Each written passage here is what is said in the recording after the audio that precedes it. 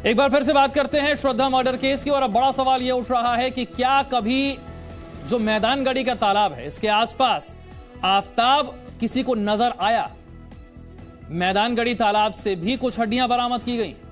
Delhi police Aftab की निशानदेही पर 18 हड्डियां अब तक बरामद कर चुकी है और इन हड्डियों को CFSL भेज भी दिया गया है। रिपोर्ट का इंतजार भी किया जा रहा है ताकि यह पता लगाया जा सके कि जो हड्डियां बरामद की जा रही वो श्रद्धा की हैं या नहीं है।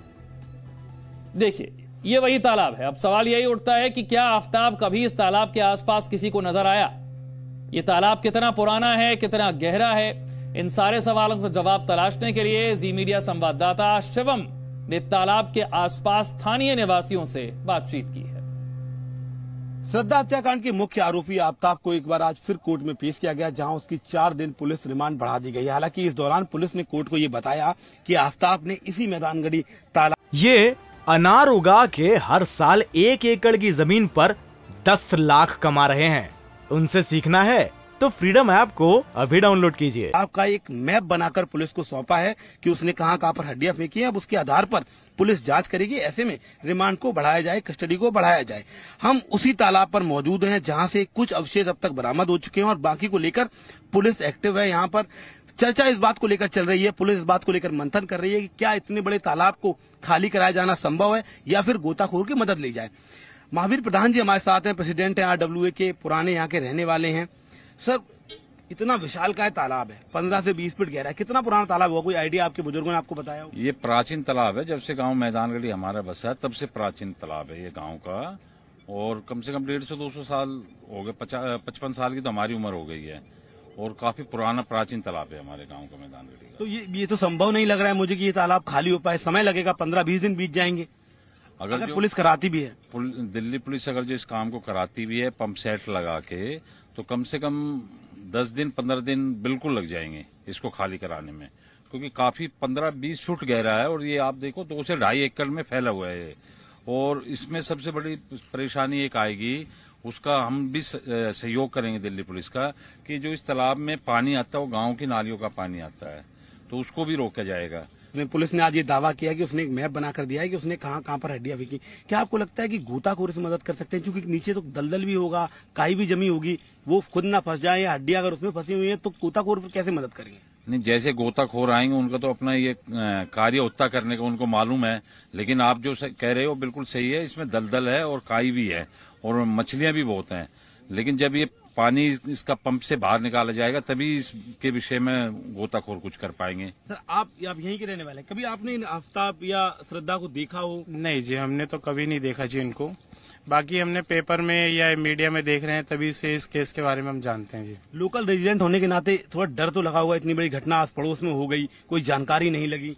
हाँ, ये तो है, डर तो लगेगा ही, क्योंकि देखो दूसरे के साथ हो रहा है और बाकी कल को हमारे साथ ना हो तो इस चीज को समझना पड़ेगा। तो आप लोग चाहते हैं कि इस मामले में न्याय हो, श्रद्धा को न्याय मिले? आरोपी बिल्कुल न्याय हो जी, बिल्कुल न्याय हो, इसका बिल्कुल न्याय हो। श्रद्धा मर्डर केस को लेकर एक और बड़ी खबर आपको बताते हैं और ये बड़ी खबर ये है कि श्रद्धा के सामान को नष्ट करना चाहता था आफताब, उस सामान को खत्म करना चाहता था। श्रद्धा को मारने के बाद उसने इस बात की प्लानिंग की थी और इसीलिए उसने सामान मुंबई में वसई से दिल्ली शिफ्ट किया था। आफताब यह दिखाना चाहता था कि श्रद्धा अपने साथ सारा सामान लेकर चली गई। उसके मरने के बाद भी उसकी कोशिश थी कि लोगों की नजर में वो जिंदा रहे और इसीलिए चाहे सोशल मीडिया का अकाउंट चलाना हो, चाहे बैंक अकाउंट से पैसे ट्रांसफर करना हो या फिर मुंबई वाले सामान को दिल्ली शिफ्ट करना हो, ये सारे काम वो करता रहा दिखाने के लिए कि श्रद्धा जीवित है, कहीं कोई सुराग, कोई सबूत पीछे रह ना जाए। इसके लिए ये सारे काम किए जा रहे थे। श्रद्धा का सामान नष्ट करना चाहता था आफताब। श्रद्धा को मारने के बाद उसने प्लानिंग की कि श्रद्धा के सारे सामान को नष्ट कर दिया जाए और इसी के लिए उसने मुंबई में वसई से दिल्ली सामान शिफ्ट करवाया। यह दिखाना चाहता था कि श्रद्धा अपने साथ सारा सामान लेकर चली गई। मुंबई से इस लव स्टोरी की शुरुआत होती है, लेकिन इसका अंत दिल्ली में होता है।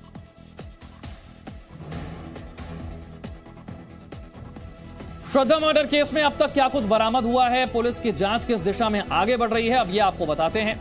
आफताब की निशानदेही पर मैदानगढ़ी के तालाब से कुछ हड्डियां मिली हैं। करीब 18 हड्डियां अब तक बरामद हो चुकी हैं। जो हड्डियां मिली हैं वो हड्डियां जो हैं वो हाथ की हो सकती हैं। खोपड़ी की तलाश अब भी जारी है, खोपड़ी नहीं मिली। उसकी तलाश अब भी जारी है और ये बहुत अहम कड़ी है।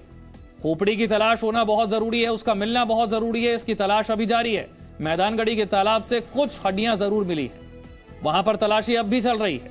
जो तालाब से हड्डियां मिली हैं वो हाथ की हड्डियां हो सकती हैं, ऐसा प्रथम दृष्टया नजर आता है, लेकिन इसकी पुष्टि जब तक जांच रिपोर्ट नहीं आ जाती है तब तक नहीं हो पाएगी।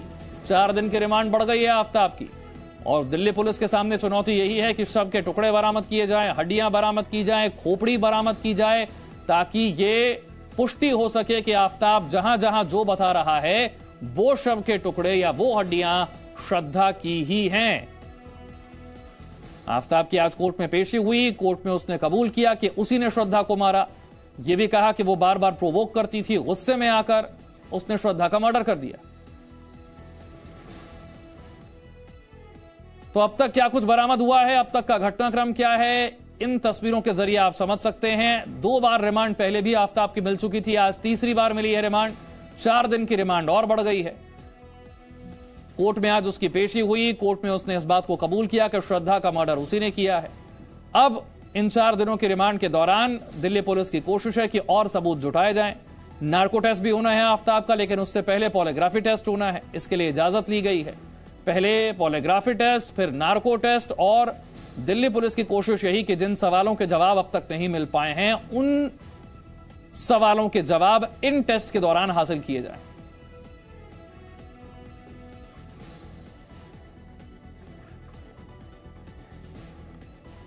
और आफ्ताब का कबूलनामा क्या है? ये कबूलनामा कौन सी बड़ी बातें उसने कबूल की हैं और इस कबूलनामे से इस केस को सुलझाने की दिशा में आगे कितनी मदद मिलेगी, ये समझने के लिए चलते हैं मेरी सहयोगी पयोधी के पास। सिलसिलेवार तरीके से बताते हैं कि उसने पहले पुलिस के आगे क्या क्या कबूलनामा किया है। तो अब आप ये समझिए कि पुलिस के आगे क्या कहा। 18 मई की रात लड़ाई हुई, उसने ये बताया कि हम दोनों की लड़ाई 18 मई की रात हुई थी। श्रद्धा से हाथापाई हुई थी, ये भी उसने बताया। श्रद्धा का गला दबाया, लाश को बाथरूम लेकर गया। आप सोचिए, उसने अपनी हैवानियत की कथा खुद बता दी।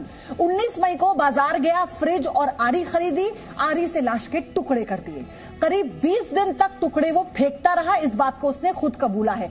अब देखिए, अब जज के सामने क्या कहा वो आपको बताते हैं। उसने कहा, हाँ मैंने श्रद्धा को मारा, यस आई किल्ड हर, ये बात वो पहले भी कह चुका है। साथ ही उसने ये कहा आज पेशी में गुस्से में श्रद्धा का कत्ल उसने कर दिया और पुलिस को सब कुछ बता दिया। ये बात उसने खुद ही कबूल कर ली जज के आगे आज पेशी के दौरान। और अभी बहुत कुछ भूल गया हूं, वो ये भी कह रहा है। मैप से टुकड़े फेंकने की जगह उसने बताई है, जिसको लेकर पुलिस ने भी अपनी स्ट्रैटेजी इसी तरह से बनाई है। पुलिस ने बाकायदा एक मैप बनाकर ये तैयारी की है कि सर्च ऑपरेशन वो चलाएगी। एक तालाब के पास श्रद्धा का सिर फेंका और जो जानकारी मिली कि जो जबड़ा बरामद हुआ है क्या वो श्रद्धा का है या नहीं है, ये भी अब जांच का विषय बना हुआ है। श्रद्धा मर्डर केस में पुलिस को और क्या कामयाबी मिली है ये भी आपको बताते हैं। एक और बड़ा सबूत मिला है, दिल्ली के मैदानगढ़ी के तालाब से यह बड़ा सबूत मिला है। गोताखोरों की यहां पर मदद ली गई थी, गोताखोरों को मैदानगढ़ी के तालाब में उतारा गया था और वहां से पुलिस ने हड्डियां बरामद की हैं। पुलिस को शुरुआती जांच में यह हड्डियां एक इंसान के हाथ की लग रही हैं। पुलिस ने इन सभी हड्डियों को CFSL भेज दिया है। जब तक वहां से पुष्टि नहीं हो जाती है तब तक साफ तौर पर नहीं कहा जा सकता कि हड्डियां किसकी हैं। लेकिन चूंकि आफ्ताब से पूछताछ के बाद ही इन सभी जगहों पर तलाश की जा रही है और यहां से हड्डियां मिल भी रही हैं, ऐसे में यह माना जा रहा है कि ये शव के टुकड़े, ये हड्डियां श्रद्धा की ही हो सकती हैं।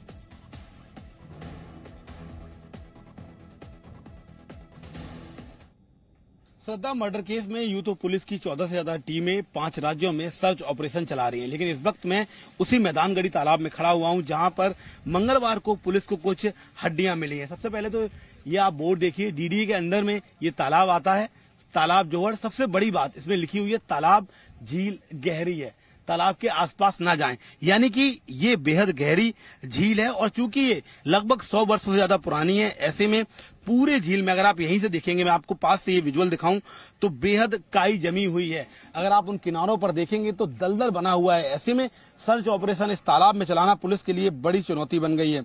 पुलिस को हालांकि यहाँ मैदानगढ़ी में कि इस तालाब में कुछ हड्डियां मिली हैं। शुरुआती जांच में ये हड्डियां इंसान की लग रही हैं। पुलिस ने सभी हड्डियों को जांच के लिए CFSL भेज दिया। हालांकि पुलिस के अभी तक श्रद्धा के शव का सिर नहीं मिला है। आज पुलिस ने कोर्ट में बताया कि किस तरीके से आफ्ताब ने कुछ मैप्स दिए हैं तालाब के और बाकी लोकेशंस के, उसके आधार पर पुलिस सर्च ऑपरेशन चलाना चाहती है। यही एक वजह है कि कुछ दिन और रिमांड के लिए चाहिए। एक तरफ श्रद्धा का जो आरोपी है मर्डर का, वो आफ्ताब अपने परिवार से मिलने की बात कर रहा है।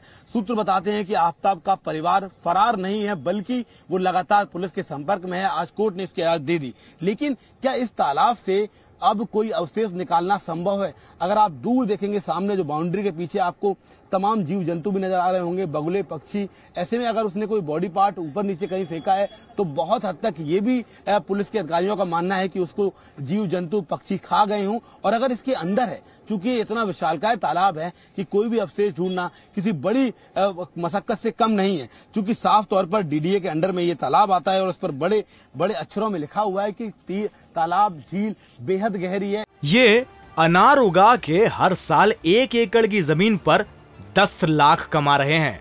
उनसे सीखना है तो फ्रीडम ऐप को अभी डाउनलोड कीजिए।